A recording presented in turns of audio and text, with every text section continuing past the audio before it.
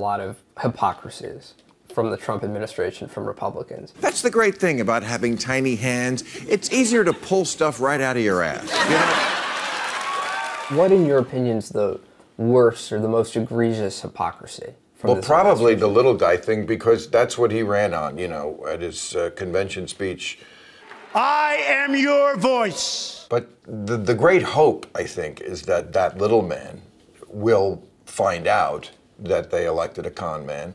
He's maybe the best one ever. Nobody's a better con man. Nobody is a better con. No, that's maybe the one thing that he could actually make that brag about. He literally talked his way into the White House, like a guy who isn't on the list talks his way into a nightclub. He went up to the bouncer that is the American people, and I know I'm not on the list, but let me tell you, I can be amazing in this club.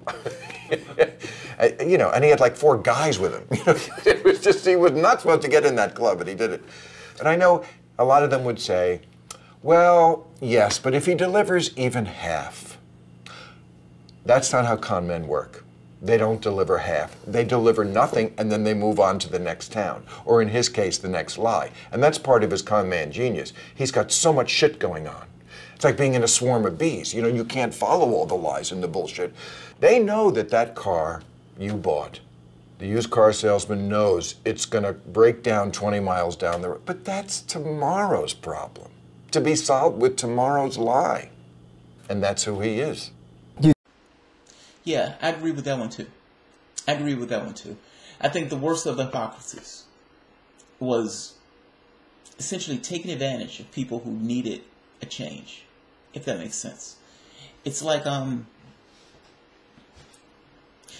if somebody had cancer and they go see a witch doctor, and the witch doctor says, yes, I can fix you, but it's going to cost you $10,000 to fix you. Under normal circumstances, that person is not going to a witch doctor. And if there were other scenarios, other avenues, they would go those other avenues. By virtue of the desperation of the individual, the seriousness of the condition itself, or at the very least their perceived seriousness of the situation, hope springs eternal. And they're going to give that guy that money, even though that guy is absolutely about to swindle them. The point I'm making is the swindle works because the witch doctor is using the desperation of the person to essentially as leverage to get that person to take that bet or bite on that particular bait. I'm making this case that this is similar to Trump, which is why I think this is probably the worst thing. I mean, a guy who's a TV show billionaire, I mean, he's a reality show host, ultimately went through one business deal after another, screwing over people who were stupid enough to invest money with him. It was one failing after the next. He gets on stage and screams into a mic that I am your voice.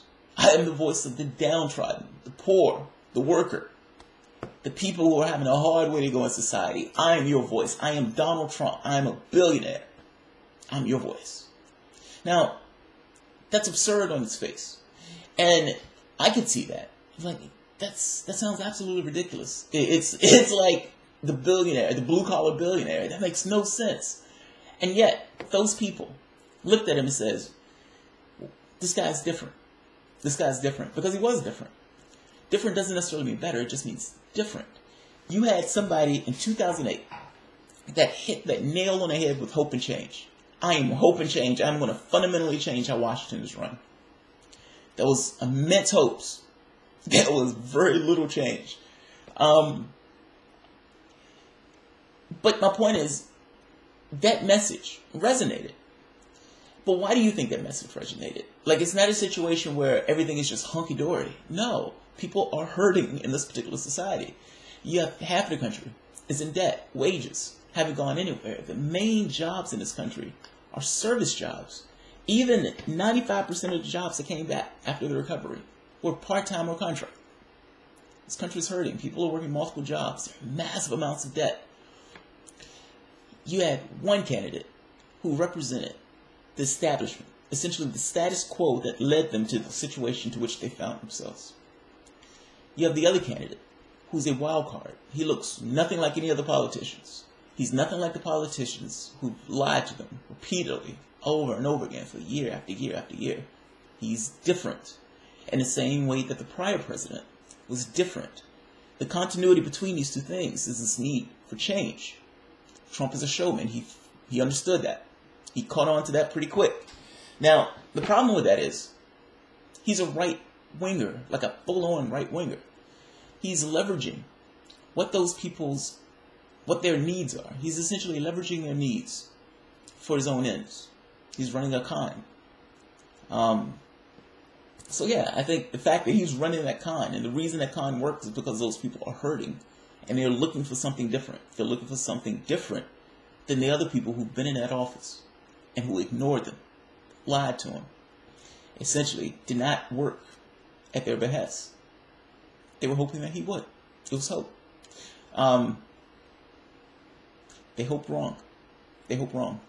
I agree with Bill Maher. That's the worst.